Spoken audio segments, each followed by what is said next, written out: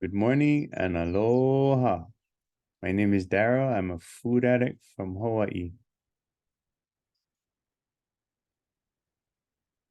This is my first time sharing. This is my first time qualifying, and I'm very excited. And I thank you all for being here today. I'd like to just share a little history first. My mom is a redheaded Irish woman originally from Pompton Plains, New Jersey. After finishing nursing school, she found a few close girlfriends and they moved to San Francisco and found nursing jobs at Peninsula Hospital. After a few years, my mom was ready to move back to New Jersey, and she and her sister were going to drive back. But first, since they were so close to Hawaii, and my mom had a male nurse friend in Hawaii, they decided to fly over to Hawaii to take a look. My mom's nurse friend said to her, "I'm so sorry, I'm working all hours and I can't show you around. But my best friend John can show you around." So John, a handsome, half Hawaiian, half Chinese man, met my mom Diane and her sister and showed them around the islands. After about 2 weeks, my mom was headed home to New Jersey with a note in her pocket to her father asking for her hand in marriage. 7 weeks later, my mom and dad, John and Diane, were married back here in Hawaii. And a year and a half later, I was born. Dun, dun, dun. Aloha. Again, my name is Daryl, and I am a food addict from Hawaii. And this is my qualification. Thank you for having me today. I started in FA in August of 2022, last year. I started with my wife, and my stats were as follows. I was 54 years old, 5'11 and 3/4, 342 pounds and climbing. That's how I started in FA, 342 pounds and climbing with little or no hope of recovery, little or no hope looking into the future. My CPAP machine was set to 19, which is pretty high. It's because I fell asleep one day at a traffic light and almost rolled into an intersection. I've been diabetic since 1998, taking two types of insulin, 196 units of one and 50 of another every morning. As a triple threat, taking pills for high blood pressure, cholesterol, and diabetes. Even my testosterone level is dropping at age 54 and hovering around 90. A normal for men is between 115 and 700. Mine was 90. I only fit size 5X and 6X shirts. Even my hat size was strictly double XL. I'm a husband to a beautiful wife, Desiree, which some of you may have met because we are in FA together. I'm a father of two sons. One lives in Rochester, New York. He's going to school, and one is living with us with his wife and my two grandchildren here in Hawaii. I'm a caretaker for my 81-year-old mom, making sure she's well fed, taking her to all her doctor appointments and to the bank and shopping. I'm also a pastor and a worship leader at my church. I'm a business owner running our family print shop. But looking back at the way I was eating and hiding from others, the way I ate, also basically lying to my doctors about what really was going into my mouth. I truly exhibited addictive behaviors, not to drugs, but definitely to food. And actually, my food addiction was pretty sinister if I really think about it. I was actually taking more insulin than I needed so that my blood sugar would go down lower, and then I would have the ability to eat carte blanche. I could gorge on candy and sweets just to make my blood sugar levels go back up to normal. Isn't that sinister? I thought I was fooling myself. I thought I was fooling everybody. including my doctor, but I was only fooling myself. And that is addictive behavior. No one ever told me I was a food addict, but now with clear-headed thinking, I can look back and I can see that at 54 years old, before FA, I was looking at my future with little hope of ever losing weight or controlling this out of control disease of diabetes in my body. I was destroying it with food. But thank you, God. In August of 2022, my wife and I found a new hope when we found Food Addicts Anonymous. My wife works at a grocery store with a friend of ours, and we've known her for many years because we attended church together. Suddenly, over a very short period of time, we both noticed severe weight loss in this person. And not knowing if she was sick or something dreadful was going on, my wife asked her, "Are you okay? Can I pray for you?" And she answered, "Oh, I am fabulous. In fact, pretty soon I'm going to be doing some zip lining." And she went on to tell us that she's doing this thing called Food Addicts Anonymous, and she proceeded to tell my wife all about it. So the next thing you know, as I'm driving my wife to work, we're on a telephone call together, and I said, "Who's this? Who are you calling?" She said, "Honey, we have to do this thing." And I said, "What thing?" And she said, "Food Addicts Anonymous." And I asked her, "What the heck is that?" She said, "We're just going to get on a Zoom call and listen. This is how our friend lost so much weight." So we listened. A lot of people talking, lots of readings. Interesting, I must say, but I am not a food addict. That is a strong word, addict. So what was my next move? Of course, as a nerd, I jumped on the internet, Googled to find meal plans for this FA Anonymous thing, figuring that we can learn about the food, what to eat and what not to eat. We don't have to do the whole meeting. We don't have to get a sponsor. We just get a food list, get a food plan. I don't want to talk to anybody. I don't want to talk to anyone every day. I don't want to go to meetings. I do enough in my life. Besides, that's for addicts, for people addicted to drugs and alcohol. You know what an addict is? So my wife found a sponsor right away, and there she went. She started weighing and measuring our food and doing food prep. She didn't ask me. She basically told me, and that was it. And I thought to myself, oh, well, I guess I just ate the last meal of my life last night. Great. Another fad. How long will this last? How much money will this diet fad cost us? Because we went through several programs, which cost upward of $500 plus per person per month, buying meals, snack bars, etc. We'd lose some weight, but we couldn't really afford to keep up with it. And I know that my wife loves me that much to make me do this program, FA, because otherwise I probably wouldn't have. And she knows it. And I love you too, honey. So I already had a head start. I had given up soda for a year, diet soda, regular soda, but I couldn't give up snacking. Even though I started choosing healthier baked puff versions of these snacks, I couldn't give it up. In fact, another addictive behavior, I would hide behind the cupboard door and shove a bunch in my mouth and then come out with a little bowl, one serving to look good to my family. And I'll tell the diabetes doctor, "I don't know why my blood sugar is so high. I only eat a serving of this stuff." Poor me, fooling myself again.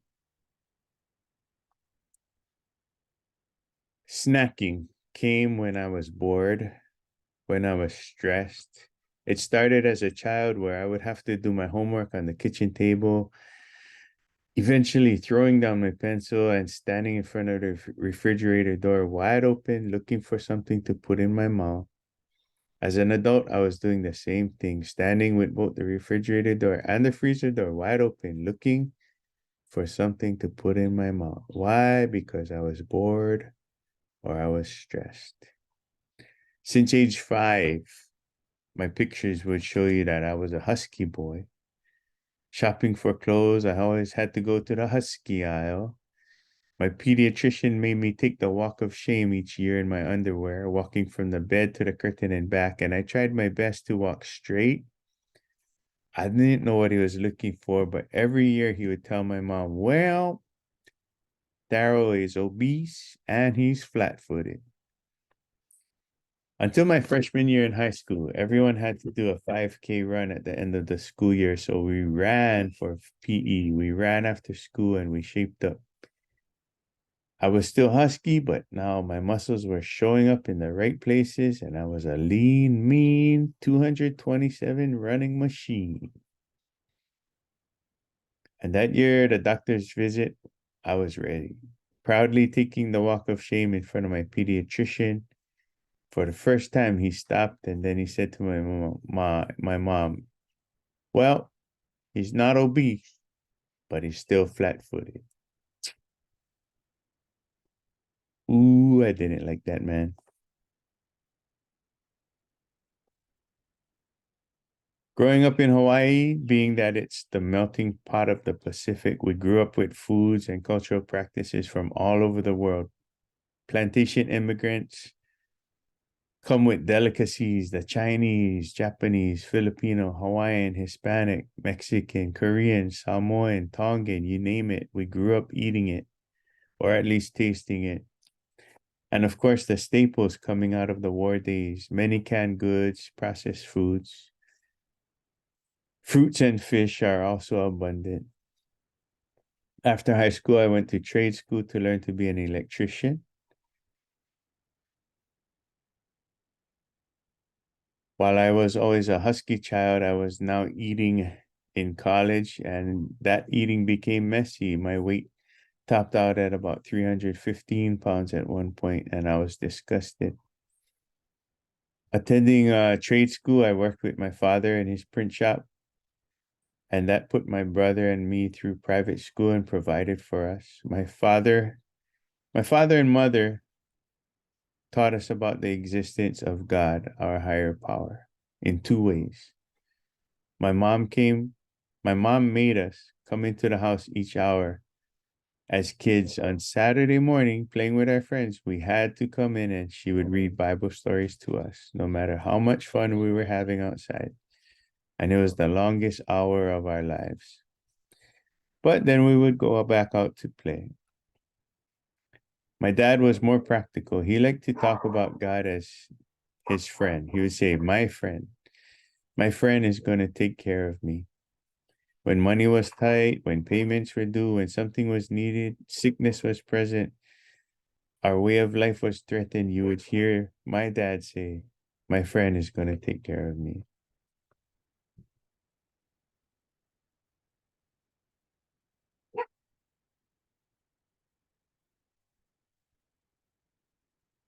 At age 19, I became a youth coordinator at my church, a Sunday school teacher, and a mentor to the youth.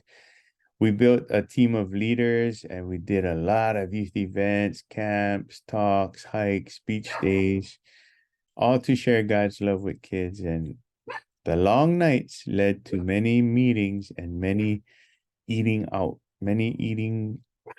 times, living on fast food, never being home to eat with the family.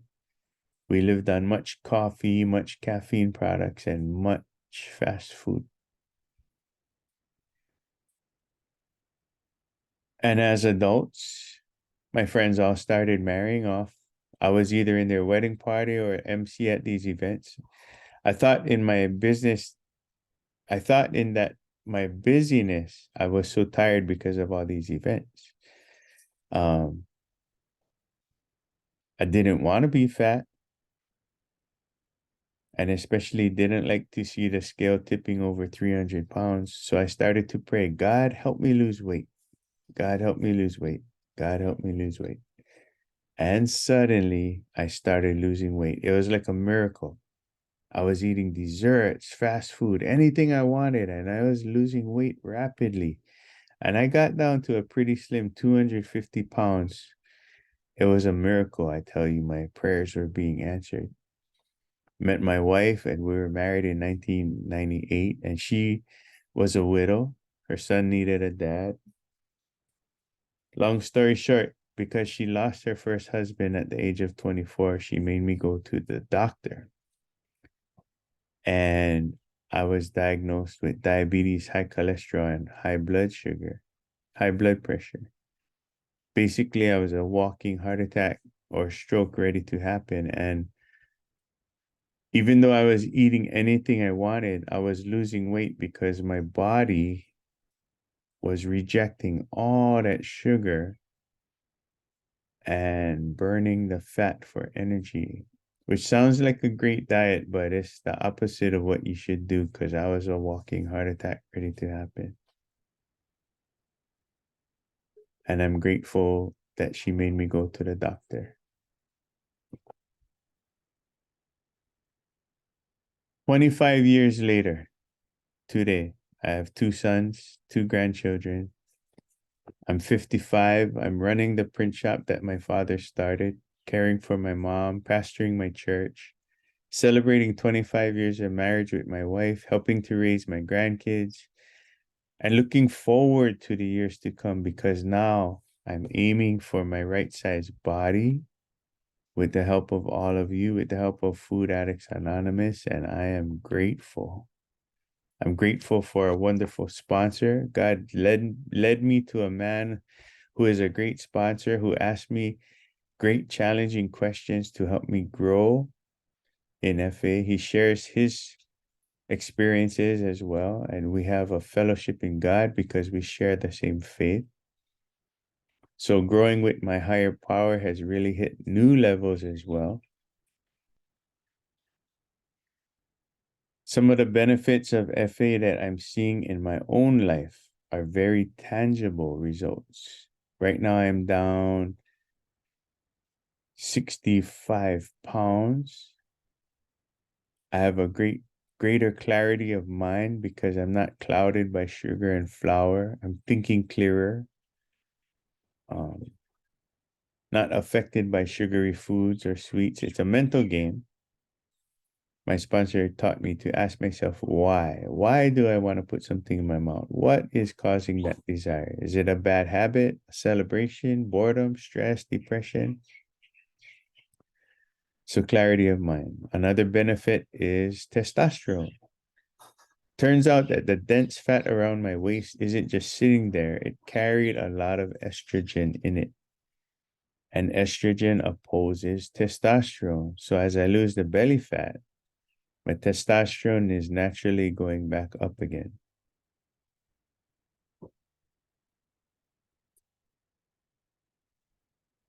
As I lose weight, my face is changing too. And as a result, my CPAP mask has been leaking. So the pulmonologist had to lower the settings on my machine, and soon I may not need it. We shall see. A weird benefit of FA, even my head is shrinking. I used to be able to only wear size double XL hats, and now I can wear any hat I want. It's a weird benefit, but a cool benefit. Another benefit is my insulin levels are down. My blood tests are coming back much better. I used to have to take 50 units of insulin at breakfast, 50 at lunch, and 50 at dinner. Now I take 20 at breakfast, 0 at lunch, and 0 at dinner. Speaking of being in range, my diabetes doctor can see the results, and she's telling me that I'm in the range where I should be 90% of the day every day. And that is simply by following my food plan and not snacking in between. Another benefit of FA is finding encouragement here with fellows, camaraderie in meetings. calling when I feel tempted, calling to ask questions, calling to find encouragement.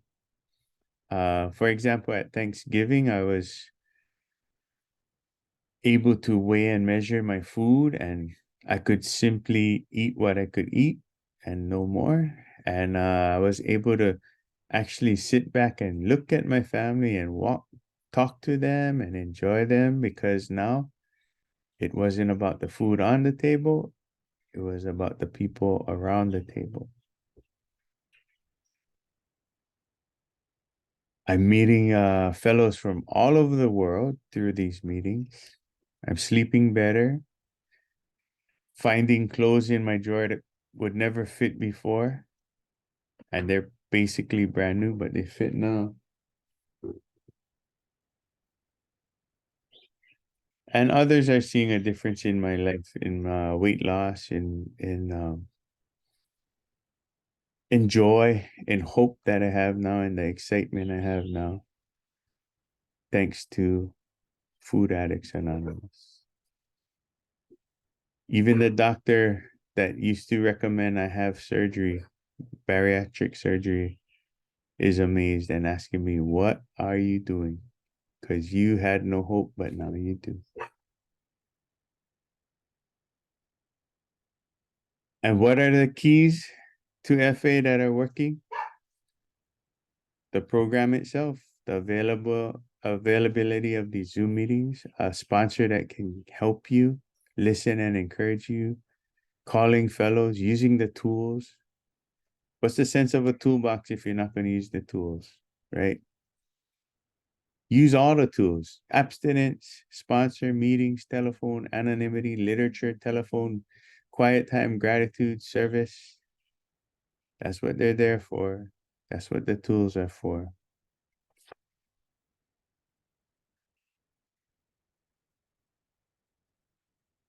So now, looking at my future years, I have much more hope. I plan to lose much more weight, maintaining control of the diabetes, and looking forward to doing many new things that I haven't been able to do because of my weight.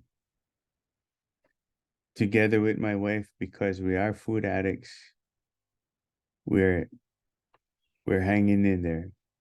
And we do now have Food Addicts Anonymous to help us. And you know what? You know the promises that we read at the very end of these meetings? These promises are coming true in my life already.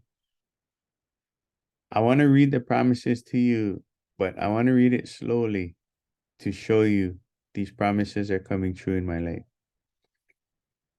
The first part says, if we are painstaking about this phase of our development, we will be amazed before we are halfway through. Amazed? Check. We are going to know a new freedom and a new happiness. Check. We will not regret the past nor wish to shut the door on it. We will comprehend the word serenity and we will know peace. Check. No matter how far down the scale we've gone, we will see how our experience can benefit others. And that feeling of uselessness and self-pity will disappear. Check and check. We will lose interest in selfish things and gain interest in our fellows. Self-seeking will slip away and our whole attitude and outlook on life will change. Check. Fear of people and economic insecurity will leave us. We will intuitively know how to handle situations which used to baffle us. Check. And we will suddenly realize that God is doing for us what we could not do for ourselves. Check and amen. Are these extravagant promises? We think not. They are being fulfilled among us, sometimes quickly, sometimes slowly. They will always materialize if we work for them. Thank you for listening, and I hope this encourages you, especially those who may be listening for the first time. Give it a try. Give it a real try, and it'll bring real results and change to your life for the better. Mahalo, thank you, and aloha. Daryl, food addict in Hawaii.